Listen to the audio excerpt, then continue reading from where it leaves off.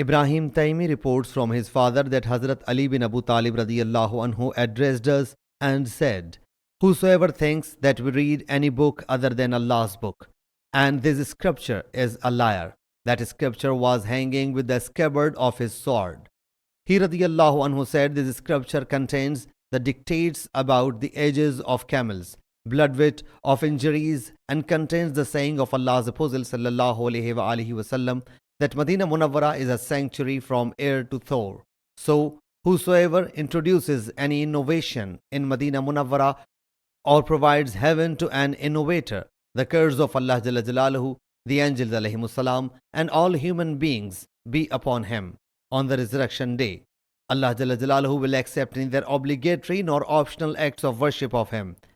The guarantee of protection given by all Muslims is alike, and even a man of lowly birth can do so.